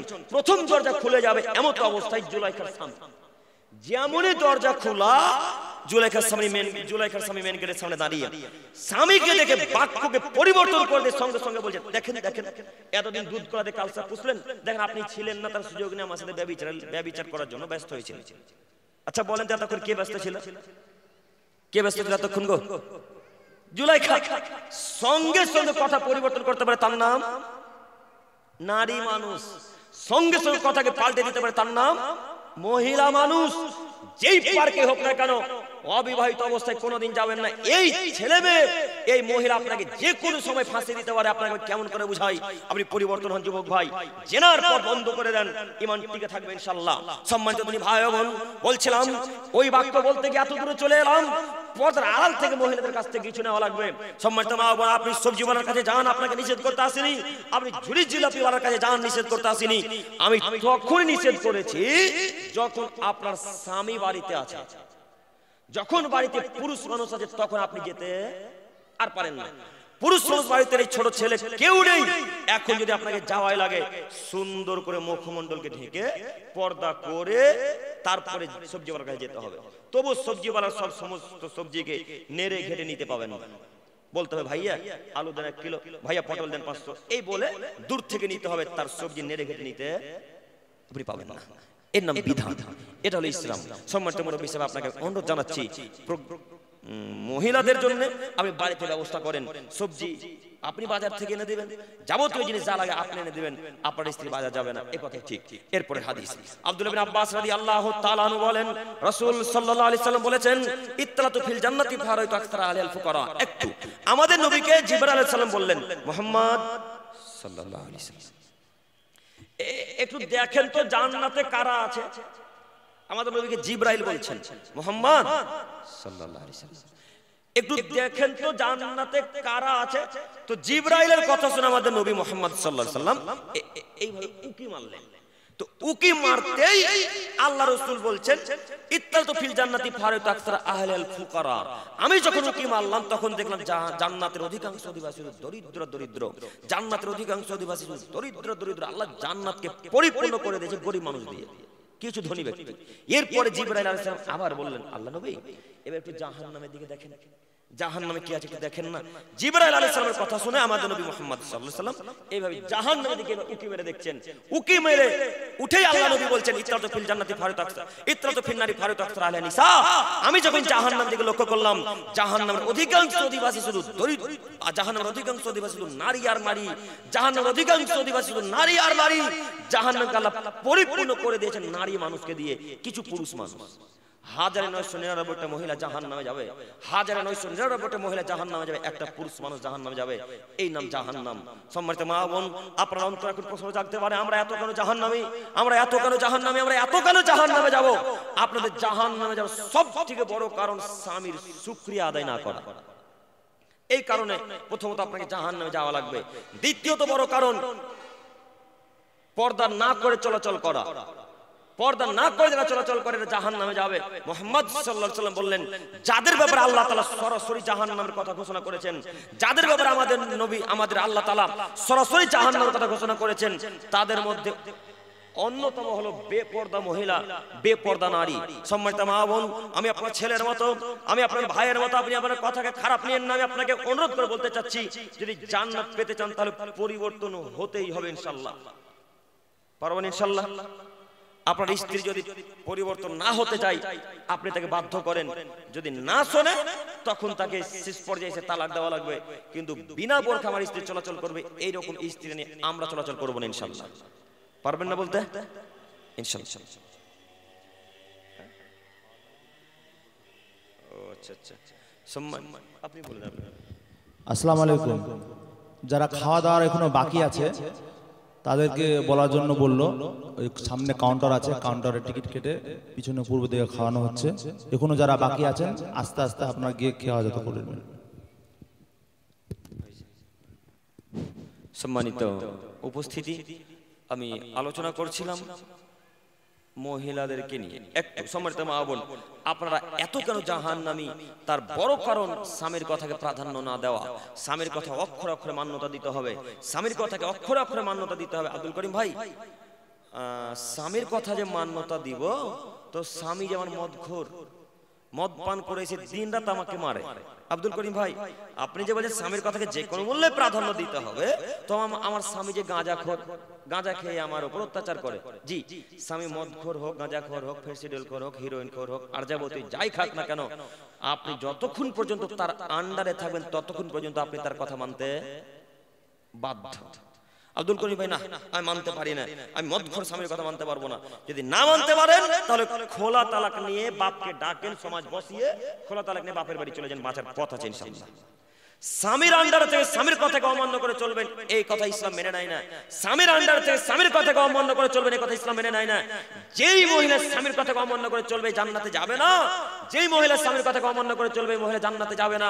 অতএব আপনাকে আমি অনুরোধ করে যাচ্ছি, সম্মানিত মা বোন, স্বামীকে প্রাধান্য দিতে শিখুন, স্বামীর কথাকে অক্ষর অক্ষরে মান্যতা দিতে শিখুন, স্বামীকে মূল্যায়ন করুন। একটু আপনার স্বামী যদি রাগান্বিত হয়ে থাকে আপনার উপরে, একটু আপনার স্বামী যদি আপনার উপর রাগান্বিত হয়ে থাকে, তাহলে আল্লাহ ততক্ষণ পর্যন্ত আপনার উপর রাগান্বিত হয়ে থাকবেন যতক্ষণ পর্যন্ত আপনার স্বামী আপনার উপর রাগান্বিত হয়ে আছে। সম্মানিত মা বোন, আপনার স্বামী যদি 2 ঘন্টা আপনার সাথে কথা না বলে রাগ করে, আল্লাহ 2 ঘন্টা আপনার উপর রাগ করে থাকবেন। অতএব আপনি পরিবর্তন হন। আপনাকে আমি অনুরোধ জানাচ্ছি, স্বামীর কথাকে প্রাধান্য দেন, স্বামীর কথাকে মূল্যায়ন করুন, স্বামী যা বলে তাহাই মান্যতা দেওয়ার চেষ্টা করুন, নচেত জাহান্নামে যেতে হবে। এই কথাই চূড়ান্ত, এই কথাই সত্য। সম্মানিত ভাই বোন, বক্তা সাহেব চলে এসেছে, আজকের আলোচনা শেষ হাদিস। আব্দুল্লাহ ইবনে মাসউদ রাদিয়াল্লাহু তাআলা আনহু বলেন, রাসূল সাল্লাল্লাহু আলাইহি ওয়াসাল্লাম বলেছেন, লা তুবাসিরুল মারাতুল মারাতা ফাতানাত লিজাওজিহা কান্না ইয়ানদুরিলাইহা। এই আদমের ছেলে মেয়ে তোমরা শোনো, একজন নারী আরেকজন নারীকে জোরপূর্বক টাচ করতে পাবে না, একজন নারী আরেকজন নারীকে ইচ্ছাকৃত টাচ করতে পাবে না, একজন নারী আরেকজন নারীর গায়ে হাত দিতে পাবে না জরুরি প্রয়োজন ছাড়া। যদি এই মহিলাটা তার অন্য একটা নারীর গায়ে হাত দেয়, এই নারী তার স্বামীকে গিয়ে ঘরে বলবে, রহিমার গায়ে এত নরম, রহিমার গায়ে এমন নরম, রহিমার জাং এত মোটা, রহিমার বাহুটা এত মোটা। এই কথা আপনার স্ত্রী যখন আপনার সামনে বলবে, তখন আপনি অন্তরে চোখ দিয়ে জেনা করবেন। তখন আপনি বলবেন, তাই তো রহিমার গায়ে এত সুন্দর। তখন অন্তরে পরিকল্পনা জাগবে জেনার। এই জন্য আমাদের নবী বললেন, একজন মহিলা আরেকজন মহিলাকে জরুরি প্রয়োজন ছাড়া টাচ করতে পাবে না। আচ্ছা আব্দুল করিম ভাই, জরুরি প্রয়োজন ছাড়া টাচ করতে পাবে না মানলাম তো, আচ্ছা মহিলারা মহিলার গায়ে হাত দিতে পায় না আব্দুল করিম ভাই মানলাম তো, বিবাহের অনুষ্ঠানে হলুদ মাখামাখি যে হচ্ছে, বিবাহের অনুষ্ঠানে যে হলুদ মাখামাখি হচ্ছে আব্দুল করিম ভাই, এটা কি বলবেন? জি, বিবাহের অনুষ্ঠানে আপনার স্ত্রী আপনার ভাইকে হলুদ মাখাতে পাবেন, কথা বুঝতে পারেননি? যুবক ভাই, আপনারা যারা বিবাহ করেন আপনাকে অনুরোধ জানাচ্ছি, আপনি যতদিন বিবাহ না করেছেন, যেদিন বিবাহে যাবেন সেই দিন যদি মনে করেন যে হলুদ মাখাই লাগবে, আপনি মাকে দিয়ে মাখা করান, নিজের দিদিকে দিয়ে বোনকে দিয়ে মাখা করান, নিজের নানিকে নিজের দাদিকে দিয়ে মাখা করান, নিজের খালাকে দিয়ে মাখা করান, ফুপুকে দিয়ে মাখা করান। ওই চাচতো ভাবি, নিজের ভাবি, খালাতো ভাবি, মামাতো ভাবি গ্রামের মহিলারা আপনাকে হলুদ মাখাবেন। এরা যদি হলুদ প্রথমে মাখায় তো প্রথমেই জেনা হবে। আর জেনা যদি প্রথম দিয়ে শুরু হয়, তাহলে ওই স্ত্রীর পেট থেকে আপনার বীর্য দিয়ে আব্দুল কাদের জিলানী তৈরি হবে না শয়তান তৈরি হবে? জি, আপনার বীর্য থেকে তো আব্দুল কাদের জিলানী আসবে না, তখন আসবে শয়তানের মতো ছেলে। এই জন্য আপনাকে বলি, বিবাহের সূচনাতে জেনার পথকে বন্ধ করুন, বিবাহের সূচনাতে জেনার পথকে বন্ধ করুন। সম্মানিত মা বোন, আমি আপনাকে দেখাতে চাচ্ছিলাম পর্দা, একটু মনোরোধ রক্ষা করেন। আপনি স্বামীকে জাহান্নাম থেকে বাঁচান, নিজে জাহান্নাম থেকে বাঁচুন। আজকের পর থেকে যে কোনো মূল্যে পর্দা করে চলাচল করবো ইনশাল্লাহ, পারবো ইনশাল্লাহ, ইনশাল্লাহ। আল্লাহ তুমি কবুল করো। আমি শেষ করবো। সম্মানিত দিনী ভাই বোন, আমার আর 5 মিনিট সময়, একটু দেখেন তো সময় যখন আছে। আরেকটা হাদিস বলি, আপনার ব্রেন খুলে কিনা। উকবা ইবনে আমির জুহানী রাদিয়াল্লাহু তাআলা আনহু বলেন, রাসূল সাল্লাল্লাহু আলাইহি সাল্লামকে আমি জিজ্ঞাসা করলাম, আল্লাহর নবী বললেন, ইয়াকুম দুখুল আলা নিসা। উকবা, জি, মহিলাদের কাছে প্রবেশ করো না, নারীদের কাছে প্রবেশ করো না। তখন উকবা ইবনে আমির জুহানী রাদিয়াল্লাহু তাআলা আনহু বলছেন, আল্লাহ নবী, আপনি দেবর সম্পর্কে কি বলছেন বলেন। আল্লাহ নবী, দেবরের ব্যাপারে আপনি কি বলতে চাচ্ছেন বলেন তো একটু। তখন আমাদের নবী মুহাম্মদ সাল্লাল্লাহু আলাইহি ওয়াসাল্লাম বললেন, আল হামুল মউত, দেবর হচ্ছে মৃত্যু সমতুল্য। তার মানে ভাবিরা দেবরের কাছাকাছি আসতে পারে না। আব্দুল করিম ভাই, আমার ভাই ছোট কিংবা আমার ভাই বয়সে ছোট বা মাথাতে লম্বা, তার ক্ষমতা চলে, যৌন ক্ষমতা চলে এসেছে, এখন আমার ভাইকে কি আমার স্ত্রী তেল মাখিয়ে দিতে পাবে না? না, এখন আর তেল মাখাবে না। ছোট থাকবে, ছোট ছিল যখন তখন তেল মাখাতো, তাকে আরো যাবতীয় কাজকর্ম করে দিবে, এই কথাই ঠিক। তবে স্বামীর ভাইকে ভাত খুলে দিবেন, আমি ভাত খুলে দিতে নিষেধ করিনি। স্বামীর ভাইয়ের জামা কাপড় কেচে দিবেন, আমি কাচতে নিষেধ করিনি। স্বামীর ভাইয়ের যত্ন নিবেন, আমি আপনাকে যত্ন নিতে নিষেধ করিনি। আমি আপনাকে নিষেধ করেছি তাদের সাথে ঠাট্টা গল্প মজা করা নিষেধ করেছি। কথা মনে থাকবেন ইনশাআল্লাহ। সম্মানিত মুরব্বী হিসেবে আপনাকে আমি অনুরোধ জানাচ্ছি, স্ত্রী আপনি ব্যবহার করতে পারেন, আপনার চাচতো ভাই, খালাতো ভাই, মামাতো ভাই, নিজের ভাই, পাড়া প্রতিবেশী, টোটো চালক, ভ্যান চালক, সবজি চালক, এরা কেউ আপনার স্ত্রীর সাথে কথা বলার অধিকার রাখে না, দেখার অধিকার রাখে না। অতএব এই দিকটাকে সামনে রাখবেন। আমি শেষ পর্যায়ে এসে বলি, আল্লাহ তুমি আমার মা বোনদেরকে বোঝার তৌফিক দান করো। সকলে বলি আমিন। পরিশেষে বলি, হে প্রভু দয়াময়, তুমি তো রহমান, তুমি সবকিছু পারো মালিক, তুমি সবকিছুর ক্ষমতা রাখো। আল্লাহ এই আশা নিয়ে তোমার কাছে ভিক্ষা চেয়ে বলি, মাবুদ তুমি ফিলিস্তিন এবং গাজার মুসলিমদেরকে রক্ষা করো। সকলে বলি আমিন। পরিশেষে বলি, হে প্রভু দয়াময়, তুমি আমাদের সারা পৃথিবীর মুসলিমেরা যেখানে যারা দুরবস্থায় কষ্টে আছে, আল্লাহ তুমি তাদেরকে হেফাজত দান করো, তুমি তাদেরকে রক্ষা করো। সকলে বলি আমিন। আল্লাহ শেষ পর্যায়ে তোমার কাছে আরো একটি দোয়া চাই, সেটা হচ্ছে এই, আল্লাহ তুমি ওয়াকফ বিলকে বাতিল করে দাও, ক্যান্সেল করে দাও। সকলে বলি আমিন। আল্লাহ তোমার কাছে ভিক্ষা চেয়ে বলি, মাবুদ তুমি আমার মা বোন সহ, আমাকে সহ, আমাদের দিনী ভাই সহ সেই মোতাবেক আমল করার তৌফিক দান করো। সকলে বলি আমিন। পরিশেষে দোয়া করি, হে প্রভু দয়াময়, তোমার কাছে শেষ পর্যায়ে ভিক্ষা চেয়ে বলি, মাবুদ তুমি আমাদেরকে তোমার রাসূলের পদ্ধতিতে চলার তৌফিক দান করো। সকলে বলি আমিন। এখান থেকে আলোচনা শেষ করলাম। সুবহানাকাল্লাহুম্মা ওয়া বিহামদিক, আশহাদু আল্লা ইলাহা ইল্লা আনতা আস্তাগফিরুক ওয়া আতুবু ইলাইক। আসসালামু আলাইকুম ওয়া রাহমাতুল্লাহি ওয়া বারাকাতুহু। আলহামদুলিল্লাহ, মাশাআল্লাহ। আমাদের মওলানা সাহেব আব্দুল করিম বিন আমিনুল ইসলাম কোরআন হাদিস থেকে খুব সুন্দর বক্তব্য দিলেন। আল্লাহ পাক রব্বুল আমিন আমাদেরকে যেন